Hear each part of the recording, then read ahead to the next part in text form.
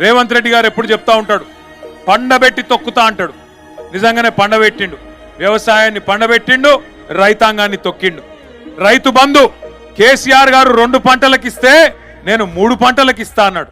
నాటేసే టైంకు కేసీఆర్ గారు ఉన్నప్పుడు రైతు బంధు పడేది.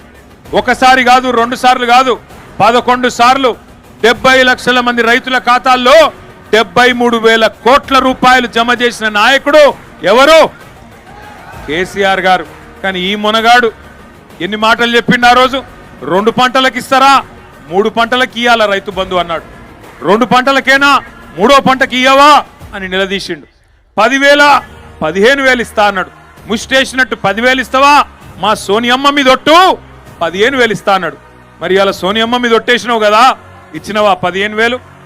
వచ్చినాయా? భూ యజమానులకే ఇస్తున్నాడు ముఖ్యమంత్రి కేసీఆర్. నేను కౌలుదారులకు కూడా ఇస్తా అన్నాడు. పట్టించుకుంటున్నాడు మళ్ళీ ఇలా కౌలు రైతులను. రైతు కూలీలకు నెలకు 1000 రూపాయలు ఇస్తా అన్నాడు. రాహుల్ గాంధీ మీద ఒట్టన్నాడు. ఇస్తున్నాడా? పడుతున్నాయా రైతు కూలీలకు? ఆలోచించండి.